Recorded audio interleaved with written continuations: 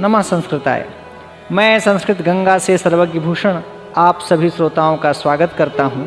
तो आइए हम गुरुदेव के श्री चरणों में निवेदन करते हैं कि आदरणीय गुरुजी प्रोफेसर गिरिजा शंकर शास्त्री जी गीता का अगला पाठ हम सब लोगों को बताएं। नमः संस्कृताय। अगले श्लोक में पुनः भगवान अर्जुन को भक्ति का उपदेश करते हुए कह रहे हैं कि भक्त को कैसे मुझको समर्पित होना है। तो पहले तो कहा कि मुझ में अपनी बुद्धि को लगा दे और जब मतपरायण हो जाएगा तो निश्चित ही मुझे प्राप्त कर लेगा। लेकिन अगर मन बुद्धि नहीं स्थिर हो पा रहे हैं तब अभ्यास करें। तो कहा कि अभ्यास करके वो धीरे धीरे मुझे प्राप्त करने की इच्छा करे। अब इस श्लोक में भगवान ने कहा कि अभ्यासेप्य असमर्थोसी मत कर्म परमो भव मदर्थमपि कर्माणि कुर्वन् सिद्धिं भवाप्स्यसि। कहा कि अभ्यासी अपि असमर्थः असि। यदि हे अर्जुन कोई अभ्यास करने में भी असमर्थ है, अभ्यास नहीं कर पा रहा है, तो तरही मत कर्म परमो भव। मत कर्म परमः भव का अर्थ है कि केवल मेरे लिए ही कर्म करने के लिए परायण हो जाए। जो कर्म करे उस कर्म को मुझे ही समर्पित करता रहे।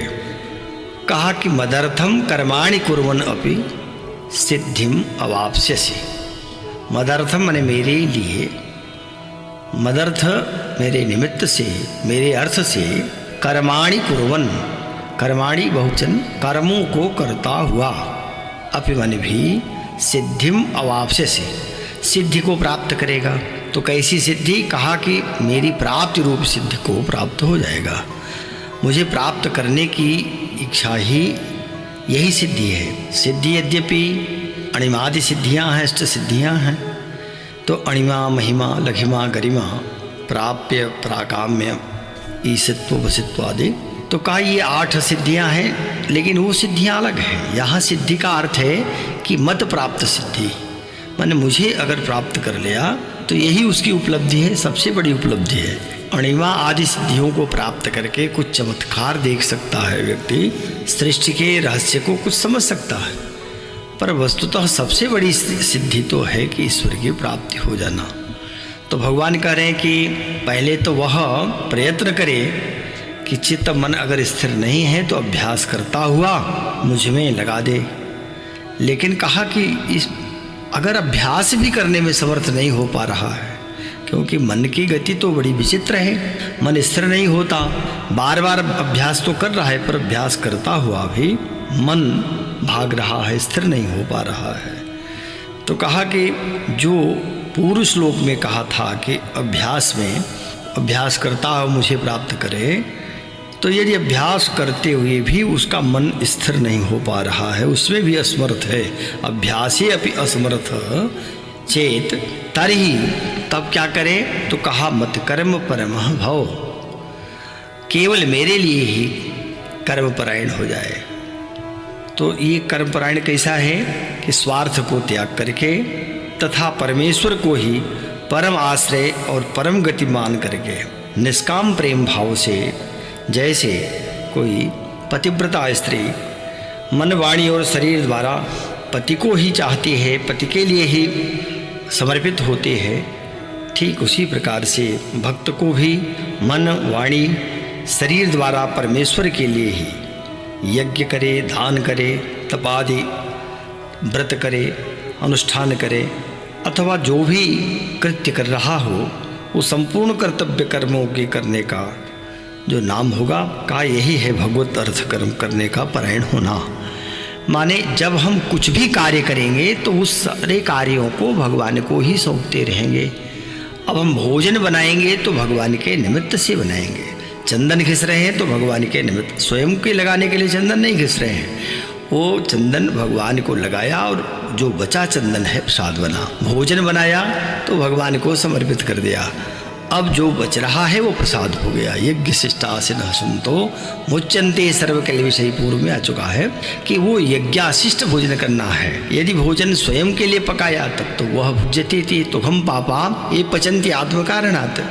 तो भोजन जो बने वो भगवान के निमित्त से, हम विद्या अध्ययन कर रहे हैं तो भगवान की प्राप्ति के लिए कर रहे हैं, अथवा संसार के जितने भी कर्म हैं, जितने भी कार्य हैं, ऑफिस का कार्य हो, दुकान का कार्य हो, यात्रा हो रही हो, कहीं जाना हो रहा है किसी मित्र के यहाँ, नातेदार रिश्तेदार के यहाँ, अथवा जितने भी जो भी व्यापारिक कार्य हैं, उन सारे कार्यों में भगवान के निमित्त से ही यदि कार्य करे कि यह भगवान के प्रसन्नार्थ कर रहे हैं। तो ये जो घर है, दुकान है, मकान है, भवन है, अथवा पशु हैं, अपने वाहन आदि हैं, पत्नी, पुत्र, पति, पिता, माता, भाई, बंधु, मित्र, सखा, सहचर, ये सब कुछ ये भगवान के इनसे कार्य, इनसे मिलना है, कार्य लेना है, पर ये जानते हुए कि भगवान ही है और जो कार्य कर रहा हूँ भगवान को समर्पित करके कर रहा हूँ। यात्रा में भगवान का स्मरण किया, भगवान से मिलने जा रहे हैं, भोजन बनाया भगवान के निमित्त, भगवान प्रसन्न होंगे।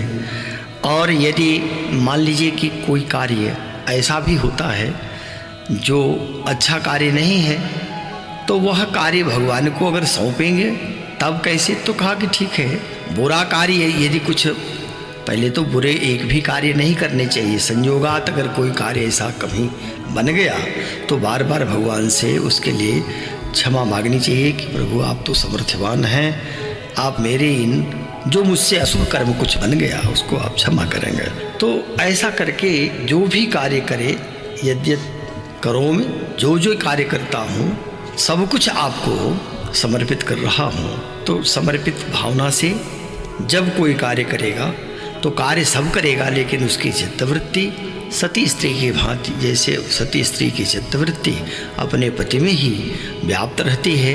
अपने पति के बहुत सारे उसके भाई भी होंगे, उसके पिता माता हैं, उसके मित्र हैं, तो सब पर ठीक है, पति के सब अपने हैं तो उनके प्रति कोई द्वेष नहीं है, लेकिन अंततः सर्वस्व तो अपना पति ही है। ठीक यही प्रकार से जीवों को यही चाहिए कि कार्य तो हम जो भी कर रहे हैं वह सब कुछ उसी अपने परमात्मा को, वो तो परम प्रिय है, परम पति है, परम पिता है, सब कुछ है, तो कार्य उसके लिए कर रहे हैं, पर ये उसी के अंग हैं। तो ये सब, इनसे भी हमारा कोई द्वेष नहीं, इनसे राग नहीं, इनके प्रति भी हमारा जो कर्तव्य कर्म है वो करेंगे। ऐसा मान करके यदि कोई कार्य करता है तो कहा कि वो मत कर्म परमः भव, निश्चित ही मत कर्म परायण हो जाता।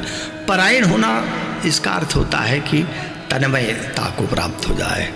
परायण माने लीन हो जाना, उसी कार्य में पूर्णतया समर्पित हो जाना। तो भगवान से परायण होना माने भगवान का हो जाना। कहा कि जब इस प्रकार का कोई कर्म करेगा तब निश्चित ही मदर्थम कर्माणि कुर्वन् अपि, वह जो कर्म मेरे को समर्पित करके कर रहा है, मेरे निमित्त से कर्म कर रहा है, कर्म ने कर्मों को कर रहा है, तब वो क्या है, सिद्धिम अवाप्स्यसि, सिद्धि की प्राप्ति करेगा। कैसी सिद्धि, मत प्राप्ति सिद्धि, माने मुझे प्राप्त कर लेगा।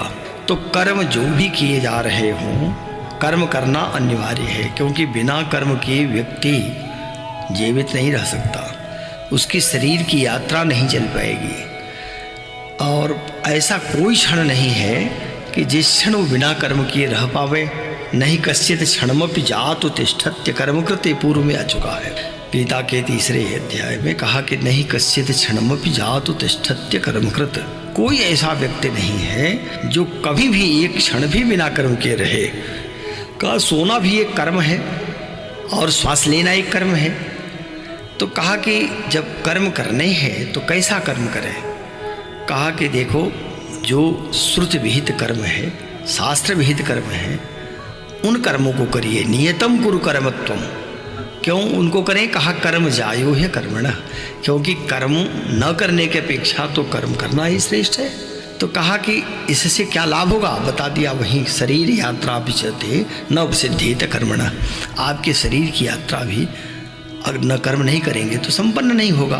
भगवान करें, जब कर्म करना बाध्य है, आपको कर्म करना है, तो रोज रोज यज्ञ ही कर रहे हो सो बात तो नहीं है। पर यज्ञ तो न करें, पर जो भोजन बना रहे हैं भोजन की आहुति मुख में दे रहे हैं, ये भी जानते रहें कि यह आहुति कौन इसको ग्रहण कर रहा है। तो अंदर बैठा परमात्मा। भगवान ने आगे कहा कि उसको मैं ही ग्रहण करता हूँ, क्योंकि अहम वैश्वानरो भूत्वा प्राणिनाम देहमाश्रितः। तो भगवान ही प्राणियों के देह में वैश्वानर बन करके बैठे हैं। तो निश्चित ही मैंने आहुति जो दी वो परमात्मा ने, तो ये परमात्मा के निमित्त से दिया।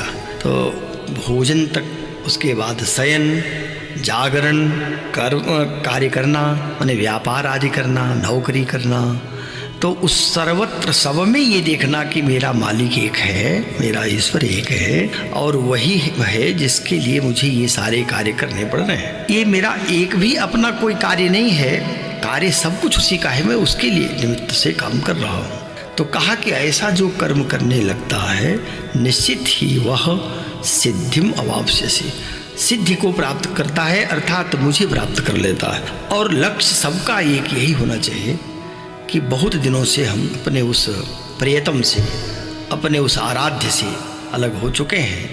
वो रहता तो अपने में ही है, लेकिन रहते हुए भी वो दिखाई नहीं पड़ता, प्राप्त नहीं होता, वो दूर हो जाता है। तो इसलिए हम अब इस मनुष्य तन को जो प्राप्त किया व्यर्थ में नष्ट नहीं होने देंगे, हर स्थिति में उसे प्राप्त करके ही रहेंगे। तो उसके निमित्त से हम कर्म करेंगे, उसी की प्राप्ति कर लेंगे, तब तो मनुष्य तन सार्थक हुआ। और यदि केवल भोगों में ही डूबे रहे, इंद्रियों के बहकावे में ही घूमते रह गए जीवन पर्यंत, राग द्वेष में फंसे रह गए, तो फिर क्या इस मनुष्य तन का मिलना? वो तो पशु का तन भी वैसे है, पशु पक्षी का तन भी वैसे है।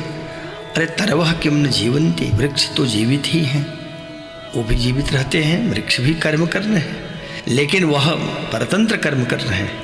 मनुष्य को परतंत्रता के साथ स्वतंत्रता का भी परमात्मा ने अवसर दे दिया कि आप स्वतंत्र हो कर्म करने में। परतंत्र तो अपने प्रारब्ध के अनुसार हो, पर उसके बाद भी बहुत कर्म ऐसे हैं जो स्वतंत्र रूप से आप चाहें उसको करें और परमात्मा की प्राप्ति करें। मनुष्य तन कहें ये अंतिम अवस्था होती है, अंतिम शरीर होता है। व्यक्ति चाहे तो इससे ऊपर उठ जाए, परमात्मा की प्राप्ति करें, अथवा फिर उसी 84 लक्ष्य योनियों में भट गए। तो भगवान ने कहा कि जो लक्ष्य है वो तो ये है कि सिद्धिम प्राप्त, सिद्धि की प्राप्ति। तो सिद्धि की प्राप्ति कैसी होगी? कहा कि अभी तो भगवान ने कहा था कि आप मन बुद्धि चित्त को मुझ में लगा लीजिए। कहा ये संभव नहीं है, अभ्यास करिए। कहा अच्छा अगर अभ्यास करता हुआ भी मन नहीं रम रहा है तब? तो कहा कि तब जो भी कर्म आप करें, ठीक है ये तो कर ही लेंगे, इतना ध्यान रखिए कि यह कर्म ईश्वर के द्वारा प्रदत्त हमें है, तो वही इसका मालिक है, मैं उसके निमित्त से कर्म कर रहा हूँ।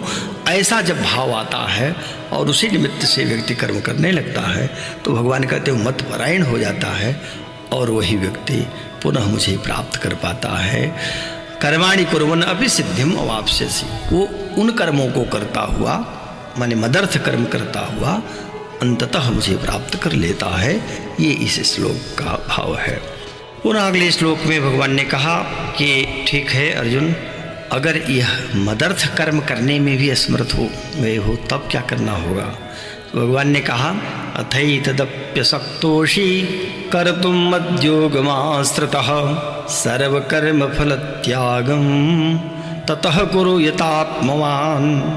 भगवान ने कहा कि और अथवा यदि एतत् अपि, एतत् माने इसको भी, कर तुम करने के लिए अशक्त असमर्थ हो गए हो, ततः यतात्मवान, यतात्मवान का अर्थ है कि जीते हुए मन वाला, उसी को कहा यतात्मवान।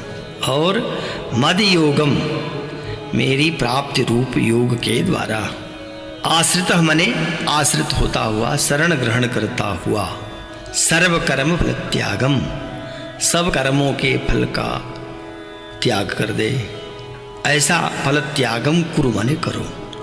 तो ठीक है ये तो कर्म कुछ आसान लगा, ठीक अभ्यास नहीं हो सकता, हम भगवान में अपनी मन बुद्धि चित्त नहीं लगा पा रहे निरंतर। तो कहा कि ठीक है फिर मद कर्म करिए। का मद कर्म करने में भी भगवत कर्म, भगवत निमित्त कर्म करने में भी चूक हो रही, मन नहीं रम रहा है। तो भगवान ने कहा कि अगर इसमें भी आसक्त हो गए हो तो मद योग माश्रित कर तुम, ठीक है, फिर पहले तो यथात्मान बनो। यथात्मान का अर्थ है इंद्रियों पर विजय प्राप्त करो, इंद्रियों को जीतो। जब मन थोड़ा बस में हो जाएगा तब मेरे प्राप्त रूप योग एक का शरण ग्रहण करते हुए सब एक ही बात कही भगवान ने इस श्लोक में भी। बस बात एक ही है कि अगर अभ्यास में भी असमर्थ हो गए तो सर्व कर्म फल त्यागम करो, सारे कर्मों के फल का त्याग कर दो। अब देखें, कर्म तो भगवत निमित्त किया जा सकता है, लेकिन ठीक है वो भी नहीं कर सकते, बहुत बार भूल होती है।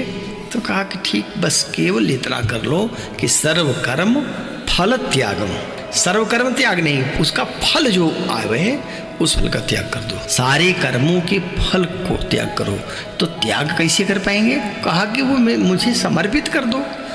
उस कर्म का फल अगर आप स्वयं चाहेंगे कि यह कर्म मैंने किया, ये कर्म मैंने किया, तो निश्चित ही कर्म बंधन हो जाएगा। कर्म का बंधन होता तभी है जब व्यक्ति कोई कर्म करके वो कहता है कि ये मैंने संपादित कर दिया। अच्छे कर्म हो चाहे बुरे, शुभ हो या अशुभ, व्यक्ति अगर कर्म उसके द्वारा हो रहे हैं और ये मानकर चल रहा हो कि ये तो गुणा गुणेश वर्तन्ते इति मत्वा न सज्जते, गुण गुणों में बरत रहे हैं, किसी प्रकार की आसक्ति नहीं है हमारी, तो हमने जो कर्म किया इस कर्म का जो फल है वो परमात्मा को प्राप्त हो जाए। इस पर खूब टीकाकारों ने व्याख्या किया है। किसी ने कहा कि अच्छा, कर्म का फल जो हुआ उसका अगर उसको अर्पण भगवान को कर रहे हैं तो ठीक है, शुभ कर्मों को तो भगवान को अर्पित करिए, लेकिन जो अशुभ कर्म हैं अगर इसे भी भगवान को अर्पित कर रहे हों तो क्या ये अच्छी बात है? एक टीकाकार ने कहा कि देखें, जब हम कोई कर्म भगवान को सौंपते हैं, अर्पित कर देते हैं कर्म के फल को, तो विश्वात्मा को फल तो प्राप्त होता है, वो फल तो उसी को प्राप्त होगा, लेकिन वह कई गुना बढ़ाकर भक्त को दे देता है। तो यदि बुरे कर्मों को सौंपा तो का वो भी कई गुना बढ़कर आ जाएगा, तो आपको भी भक्त को ही प्राप्त होगा। तो बुरे कर्म बहुत अधिक हो जाएंगे, इसलिए जब भगवान को अर्पित करना है तो शुभ कर्मों को ही करो, बुरे कर्म के फलों को भोगने के लिए तैयार रहो, उसको परमात्मा को मत सौंपना, क्योंकि वो हजारों गुना होकर जब लौटेगा तब तो अनर्थकारी ही होगा। इसलिए और कुछ टीकाकार कहते हैं कि नहीं, वो चाहे सर्व भगवान शब्द ही प्रयोग कर रहे हैं कि सर्व कर्म फल त्यागम, सर्व का अर्थ ही होता है कि सभी। ऐसा नहीं है कि आप कैसे जान सकते हैं कि यह कर्म जो हुआ ये इसमें है। कर्म तो ऐसा मिश्रित है कि कोई कभी अशुभ कर्म भी शुभ दिखाई देने लगता है, शुभ अशुभ दिखाई देने लगता है। बुद्धि में ये कभी कभी मिश्रित होकर के आते रहते हैं। इसलिए सर्व कर्म फल त्यागम, संपूर्ण कर्मों के चाहे शुभ हो चाहे अशुभ हो उसके फल का त्याग करिए। तो ऐसा किसके लिए करेंगे? उसी परमात्मा के लिए, विश्वात्मा के लिए। तो जब हमने जो कर्म किया तो अंत में यही कहना होता है कि यह जो कुछ कार्य किया गया वह परमात्मा की प्रसन्नता के लिए हमने किया। संकल्प करते हैं तो कभी कभी तो संकल्प दो प्रकार से होता है। शत्रु से पीड़ित है तो कहेगा कि हम शत्रु के विनाश के लिए कर रहे हैं, रोग के निवृत्ति के लिए कर रहे हैं, अथवा धन धान्य की प्राप्ति के लिए कर रहे हैं। लेकिन एक संकल्प ऐसा होता है कि प्रायः हर कार्यों में उस संकल्प में ये बात आचार्य लोग जोड़ देते हैं कि भगवत अर्थ अथवा भगवत प्रीत्यर्थम, देवी प्रीत्यर्थम, जगदम्बा प्रीत्यर्थम, इस प्रकार का संकल्प जुड़ा रहता है। मृत्युंजय प्रीत्यर्थम, महामृत्युंजय जप में भी कहेंगे कि मृत्युंजय प्रीत्यर्थम, भगवान शंकर की प्रियता के लिए, मृत्युंजय की प्रियता के लिए। तो जो इस प्रकार के कर्म हैं, यज्ञ करता हुआ भी जब हवन करेगा, आहुति देता है तो उसमें न मम कह देगा, कहेगा कि इदम प्रजापते स्वाहा, ओम प्रजापते स्वाहा, इदम प्रजापते न मम। ये प्रजापति को आहुति प्रदान किया, लेकिन इदम प्रजापते न मम माने मेरे लिए नहीं। तो जब तक अपने लिए कर्म करता है कि मैंने किया और इसका फल मुझे प्राप्त हो, यज्ञ का फल मुझे प्राप्त हो, भावना एक मैं सम्राट बनूं, स्वर्ग की प्राप्ति करूं इत्यादि, स्वर्ग कामो यजेत। लेकिन स्वर्ग की प्राप्ति के लिए जो हम कर्म कर रहे हैं वो कर्म देर सवेर स्वर्ग तो देगा, पर वो भी कर्म बंधन बना रहेगा। इसलिए जब हम जो भी कर्म करें, सर्व कर्म फल त्याग, उस सारे कर्मों को हम भगवान को समर्पित कर देते हैं, त्याग कर देते हैं, तो परमात्मा की प्राप्ति उससे भी हो जाती है। लेकिन ये किस स्थिति में? तो एक शब्द जोड़ा यतात्ममान। यत आत्ममान का अर्थ है आत्मान, और यत मने विजित, जीता हुआ।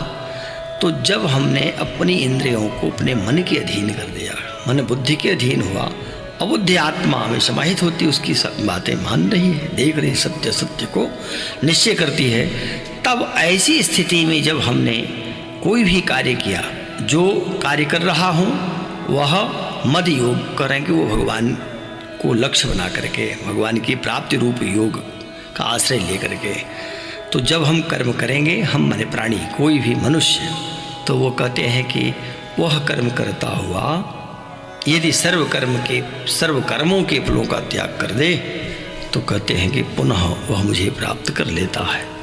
तो ठीक है, कर्म तो श्रेष्ठ हुआ, लेकिन अब आगे बता रहे हैं कि उसमें श्रेष्ठता किसकी है। तो भगवान पुनः अर्जुन से कहते हैं कि अर्जुन, श्रेयो ज्ञानमभ्यासात् ज्ञानाध्यानं विशिष्यते, ध्यानात् कर्म फल त्याग त्यागात् शान्तिरनन्तरम्।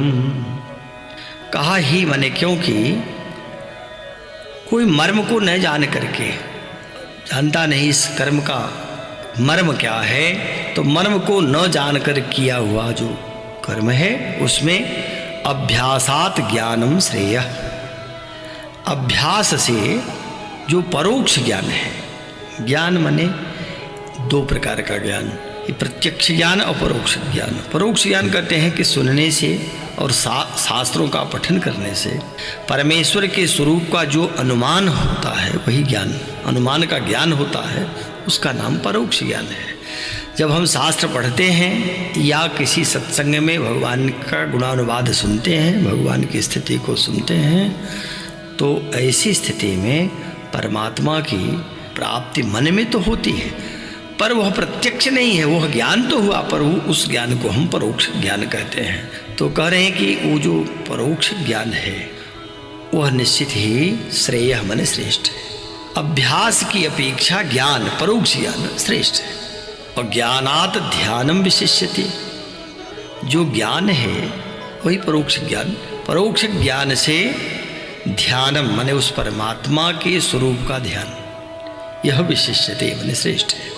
तथा ध्यानात, अब ध्यान से भी कर्म फल त्यागा, कर्म फल त्याग, तो ध्यान से भी ज़्यादा श्रेष्ठ है सब कर्मों के फलों का त्याग। कहा ये विशिष्यति श्रेष्ठ है, तो कहा इसका अर्थ है त्याग ही, कर्मों के फलों का त्याग ही सबसे श्रेष्ठ है। तो भगवान ने कहा हाँ, इसलिए कि त्यागात अनंतरम शांति, त्याग करने के पश्चात ही शांति होती है। परम शांति तो त्याग के पश्चात ही होती है। अब त्याग के अनेक अर्थ किए जा सकते हैं। त्यागी और मौनी के अर्थ भी बहुत भिन्न, अलग अलग प्रकार से लोगों ने कर डाला।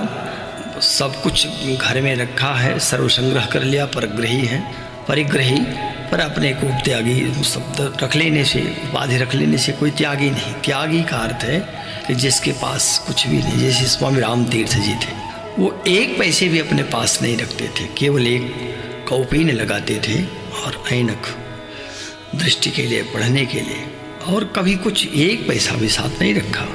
त्याग इस ढंग के होते हैं कि त्याग माने चित्त त्यागम सर्व त्यागम विदो, कहा कि चित्त का त्याग सर्व प्रकार का त्याग है।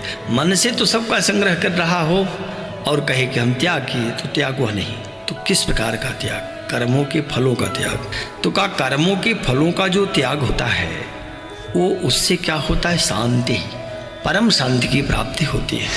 देखें, कई ऐसे वर्णन मिलेंगे पुराणों में। भागवत पुराण में वर्णन है जहाँ दत्तात्रेय जी ने 24 गुरुओं को गुरु माना। उसमें एक चील को भी उन्होंने अपना गुरु बनाया, और चील से उन्होंने क्या शिक्षा ग्रहण की थी, देखा कि मांस का एक टुकड़ा उसे प्राप्त हुआ और चील लेकर भागने लगे, तो सैकड़ों कौए उसका पीछा करने लगे, उस पर झपट पड़े। अंत में उसने उस मांस के लुथड़े को वहीं छोड़ दिया, गिरा दिया, स्वयं उड़ गई। तो कौए उसको छोड़ करके मांस के लुथड़े पर आ गए। ये त्याग। तो उन्होंने देखा कि अरे ये सबसे बढ़िया है, जिस एक वस्तु के लिए हजारों लोग पीछे लगे हों उसको छोड़ देना, इससे परम शांति और क्या होगी, उसका प्राण तो बचा। तो उन्होंने सोचा बस अब त्याग करना है, त्याग करने में भलाई है, तो मेरी गुरु, उसको भी अपना गुरु बना लिया।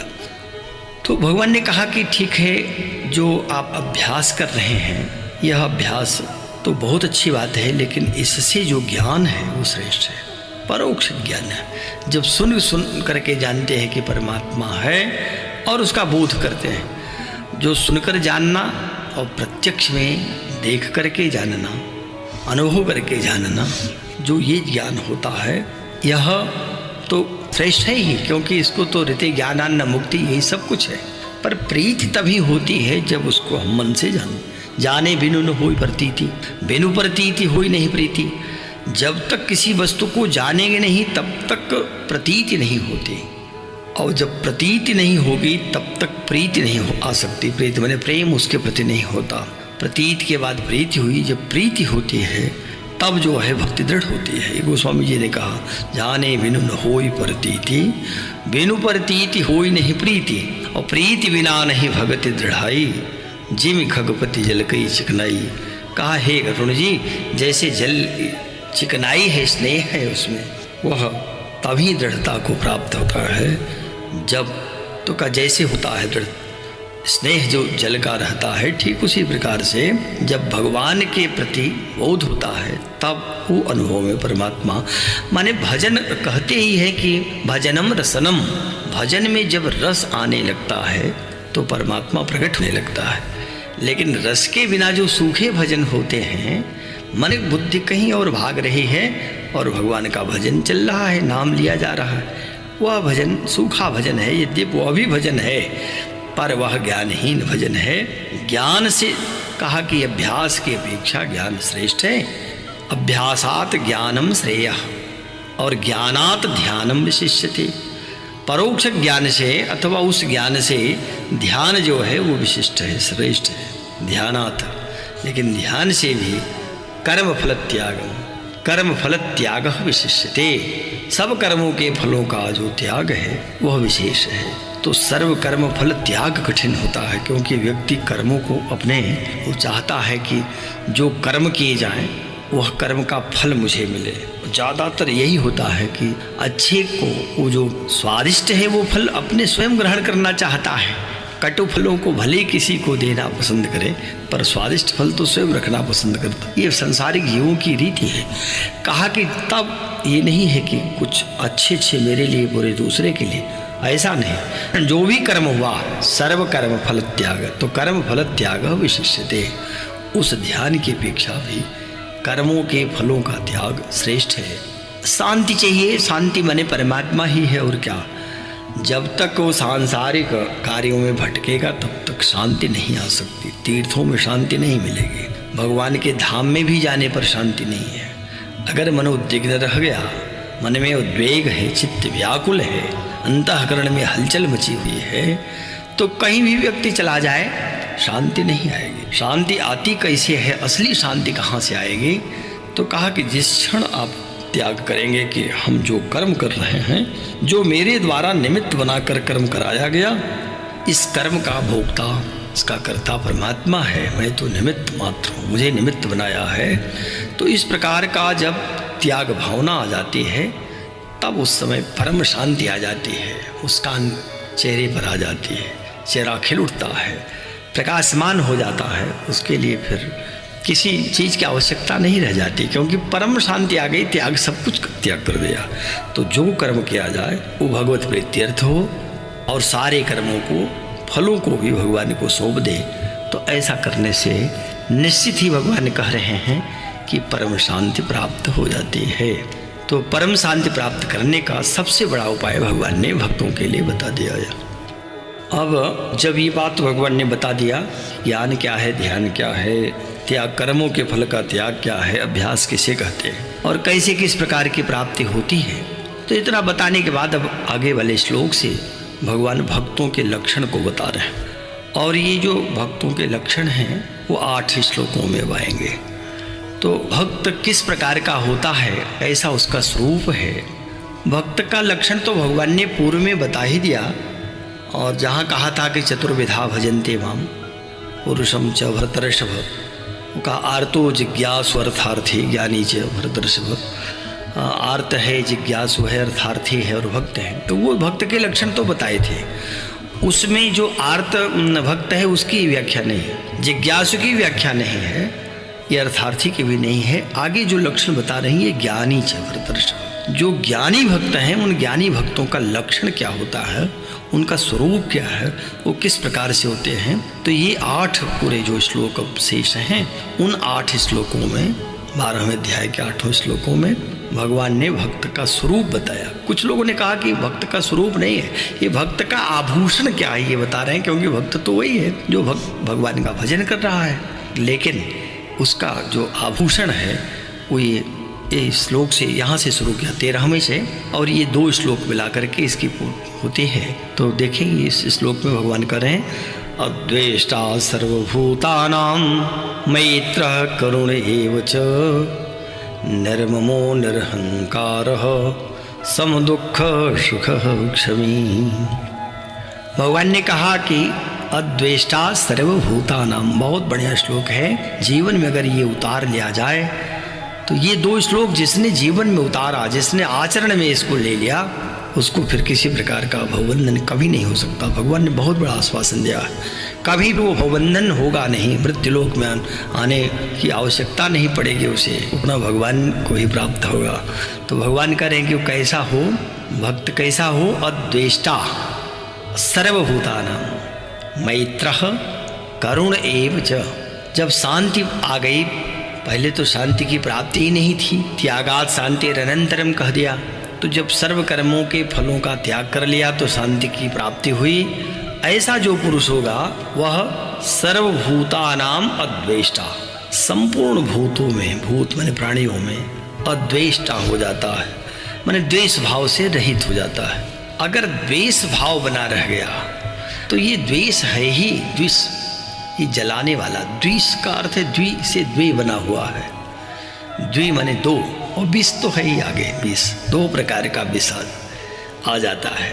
द्वेष में माने अपनी आत्मा ही जलती, अंतःकरण में आग लगी रहती है। जिसके प्रति मन में द्वेष हो रहा है उसका तो कुछ नहीं बिगड़ रहा है, लेकिन अपना हृदय जल रहा है, यही है द्वेष। एक विष तो वह है जो जन्म से ही साथ चल रहा है, और दूसरा ये हुआ कि किसी से द्वेष हो गया, किसी प्राणी से द्वेष होना। द्वेष नहीं होना चाहिए। अगर अंतःकरण में द्वेष रखा तो इसका अर्थ है कि दूसरे के घर का कूड़ा अपने घर में रख लिया। कभी भी किसी प्राणी के प्रति, सर्वभूतानाम शब्द ही इसीलिए प्रयोग किया, संपूर्ण भूतों में, प्राणियों में, यहाँ तक कि मच्छर, मक्खी और सर्प आदि जो जंतु है, सरीसृप हैं, इनमें भी ये विषैले हैं, फिर भी ये अपने ही हैं। इस शरीर इनकी दूसरी है, बाकी आत्मा दृष्टि से सब एक ही है। तो कहा कि ऐसे सारे प्राणियों में, माने संपूर्ण प्राणियों में, ऐसे क्या संपूर्ण प्राणियों में अद्वेष्टा, जो द्वेष भाव से रहित हो जाता है, द्वेष रहित, और एवं इसी प्रकार से मैत्रः च, मैत्र भाव, स्वार्थ रहित, सबका प्रेमी हो जाए। मैत्र का अर्थ है मैत्री में जब स्वार्थ बना रह गया तो वो मैत्री कैसी है, मैत्री में स्वार्थ नहीं रहता, मित्र के लिए सर्वस्व है, तब तो मैत्री। और वो मैत्री का एक लक्षण गोस्वामी जी ने रामचरितमानस में कहा, जहाँ भगवान राम की भेंट किष्किंधा में सुग्रीव से होती है, दोनों मित्र बनते हैं, तो कुछ मित्र का भी उपदेश कर दिया भगवान ने। भगवान ने कहा मित्र वो है देत लेत मन शंक न धरे, मन अनुमान सदा हित करे। देते लेते मन में किसी प्रकार की शंका नहीं रह जाती, और वो क्या करे कि गुण प्रगटई अवगुण ही दुरावा, मित्र के गुणों को प्रकट करता रहे लेकिन उसके अवगुण भी हैं तो उसको छिपावे। मित्र तो देखें, अगर देखा जाए तो जो पंचभूत हैं इनसे बड़ा मित्र और कौन होगा। जैसे अब देखें पृथ्वी है, तो पृथ्वी कभी ये नहीं देखती कि दुष्ट व्यक्ति है इसको मैं धारण नहीं करूं, महान पापी है, महापातकी है इसको धारण न करूं, कभी नहीं, उसके प्रति भी वही समान भाव। और ये गंदी वस्तुएं हैं इसको मैं कैसे धारण करूं ना, तब भी पृथ्वी में कहीं किसी प्रकार का विकार नहीं। जिस प्रकार से दुष्ट भी आवे, संत भी आवे, सबको धारण कर रही है। देखें जल को, क्या जल कभी भेद करता है क्या? प्रवहमान जल जो भी प्यास बुझाना चाहे उसके लिए स्वागत है। अब वह दुष्ट व्यक्ति है कि सज्जन पुरुष है, कुछ भी अर्थ नहीं। तो जो पंचभूत हैं, अगर इनका भी कोई चिंतन करे तो मैत्री भाव सहज में आ जाती है कि इनको कभी किसी से शत्रुता नहीं, इनके सबसे मैत्री है। तो ऐसा जो मैत्री भाव है, स्वार्थ रहित जो सबका प्रेमी है, वही है मैत्र। तो क्या एक तो पहले आया कि संपूर्ण प्राणियों में द्वेष रहित हो जाए और सभी प्राणियों से मैत्री भाव आ जाए। और करुणा, करुणा, अब ये करुणा माने एक प्रकार से दयालुता है, लेकिन कैसी करुणा? उसमें कोई हेतु नहीं है, हेतु रहित दयालुता हो। फिर कहा कि एवं निर्मम, निर्मम, निर्मम माने ममता रहित। निर्मम शब्द पाणिनि व्याकरण से निर्मम नहीं बनेगा, वो निर्गता, जो उपसर्ग है वो लगता है जैसे निष्कौशाम भी बनेगा, या निर्द्रव्य बन सकता है। पदार्थ में तो उपसर्ग लगेगा, लेकिन मम कोई पदार्थ तो है नहीं। मम तो अस्मत् का जो षष्ठी विभक्ति है ना, षष्ठी का एक वचन, वो मम हुआ। तो ये मम तो पदार्थ नहीं, तो निर्मम कैसे बन जाएगा? तो कहा कि यहाँ निरादय क्रांताद्यर्थे पंचम्या, उस अर्थ में निर्मम शब्द है, माने निर्गता मम, मम माने ममत्व, मम माने आसक्ति, जहाँ से निकल गई हो वो है निर्मम। निर्मम माने निर्दयी होना नहीं, निर्दयी का अर्थ दूसरा है। निर्मम का अर्थ है कि निर्गता मम, जहाँ से मम निकल जाए। मम निकल गया माने जब तक हम ये कहते हैं कि मेरा, ये मेरा, तो मेरा पुत्र, मेरी पत्नी, मेरे पिता, मेरे पत्नी, मेरे इत्यादि, जब मेरी मेरी करते रहते हैं, जहाँ जहाँ मम है वहाँ आसक्ति बनी रहेगी। और अगर आसक्ति बनी हुई है तो कभी भी वह अद्वेष्टा सर्वभूतानाम अथवा मैत्र अथवा करुण, ये तीनों चीजें नहीं हो सकते। तीनों कब होंगे? जब निर्मम हो जाए। निर्मम माने ममता रहित, ममता से रहित, ममत्व की समाप्ति। और निरहंकार, अहंकार से भी रहित। अहंकार ही है जो सुख दुख का भोक्ता, अहंकार ही बनाता है। अहंकार हो ही न जो निरभिमानी है, तो काहे का सुख का क्या दुख, कहीं न सुख है न दुख है, उससे ऊपर उठा। तो अहंकार से रहित निरहंकार है। सम दुख सुख, सुख दुख जो होते हैं उन दोनों की प्राप्ति में सम रहे, समत्व। और क्षमी, क्षमी का अर्थ है क्षमावान, माने कोई भी अपराध भी अपना कर रहा हो उसके प्रति भी अभय दान देता रहे। क्षमा तो हमेशा जो है, अगर व्यक्ति सामर्थ्यवान है और उसका कोई अपराध करे तो अपराध करने पर भी क्रोध नहीं आया, किसी प्रकार का मन में क्रोध नहीं हुआ, वितृष्णा नहीं हुई, तो यही है सबसे बड़ा क्षमा। दिनकर जी का संभव तो क्षमा शोभती उस भुजंग को जिसमें भरा गरल, उसको क्या जो दंतहीन विषहीन विनीत सरल हो। हाँ, तो क्षमा तो उसको शोभा देती है जो सामर्थ्यवान है। क्षमी अर्थ है क्षमा अस्ति अस्मिन् इति, क्षमी बनेगा, क्षमावान को कहते हैं। और क्षमावान होना ये सबसे बड़ा गुण है। अब आप देखेंगे एक नहीं अनेक महात्माओं का, एकनाथ जी का देखें, वो स्नान करके आते हैं तो कोई एक व्यक्ति जो बहुत उनसे नाराज है, अकारण उन पर कूड़ा फेंकता है, धूल फेंक देता है, और जितनी बार फेंकता है उतनी बार पुनः लौट करके स्नान करते हैं नदी में। और वो सैकड़ों बार उसने ऐसा किया और देखा कि इतनी बार वो स्नान करके फिर आ जाते हैं। तब उसका क्रोध समाप्त हो गया और जाकर चरणों पर गिरा। तो उन्होंने कहा कि नहीं नहीं कुछ नहीं, आप हमको इतनी बार स्नान के लिए एक प्रकार से आप मेरे ऊपर कृपा कर रहे हैं कि 108 बार स्नान हो जाए तो एक परिक्रमा हो जाएगी पूरी। तो ये है क्षमा का भाव, किसी प्रकार का क्रोध न आना। और सामर्थ्यवान होता हुआ भी, जैसे बड़े क्रोधी हैं दुर्वासा ऋषि, क्षण भर भी इंतजार नहीं, प्रतीक्षा नहीं करते, सुलभ कोपो महर्षि तुरंत श्राप देने को तैयार बैठे रहते हैं। तो क्षमा का अर्थ यही है कि कितना बड़ा भी अपराध, गाली कोई दे रहा हो, एक बार नहीं अनेक बार गाली दे रहा हो, पर सुन करके अगर कोई चुप रह जाए, उसको सह ले जाए, तो इससे बड़ी क्षमा और क्या। क्षमा पृथ्वी का ही एक नाम ही है। तो पृथ्वी कितना क्षमा कर रहे हैं पूरे सृष्टि को, चाहे जितना उसका कलेजा तक काट लेते हैं लोग, खोद डालते हैं, पृथ्वी का कितना जो है रत्न सब निकाल डाला, पर आज भी पृथ्वी क्षमा ही बनी हुई है। तो भगवान ने कहा कि जो भक्त है जिसका चित्त शांत हुआ, वह अद्वेष्टा सर्वभूतानां संपूर्ण भूतों में, संपूर्ण प्राणियों में अद्वेष्टा, द्वेष भाव से रहित हो गया। मैत्र, मैत्री उसके सबसे समान रूप से स्वार्थ रहित उसकी मैत्री हो रही है। और करुणा, हेतु रहित दयालु है, करुणा है। अपने से जो भी पीड़ित व्यक्ति हैं उनके प्रति दयालुता बनाना, यही करुणा है। लेकिन करुणा करता हुआ कहीं ऐसा न हो कि आसक्ति भी हो जाए। दयालु हुआ, किसी के प्रति दया दिखाई, जैसे जड़ भरत जी ने, लेकिन उस मृग पर तो दिखाई हुआ क्या, अंततः भरत जी को आसक्ति हो गई। तो कहा कि अगर करुणा आप में आ रही तो बहुत अच्छी बात है, हृदय में तो करुणा बनेगी, लेकिन ये जानते रहे निर्ममा, उसमें ममत्व मत डालिए, आसक्त रहित हो जाइए, ममता रहित, निरहंकार है और अहंकार से रहित। कहा कि सम दुख सुख क्षमे, संपूर्ण चाहे दुख आ रहे हो चाहे सुख आ रहे हो, किसी प्रकार के सुख दुख, सुख में बिल्कुल व्यक्ति इतना प्रसन्न हो जाता है कि वह उस समय भी दूसरे का अपमान कर देता है, और दुख खाने पर इतना द्रवित हो जाता है कि उस समय भी वो दुख में विनाश ही कर लेता है।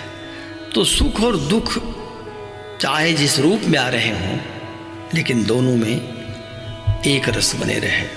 जैसे कि भगवान राम, अब उनको कहा गया कि आप कल आपका राज्याभिषेक होगा।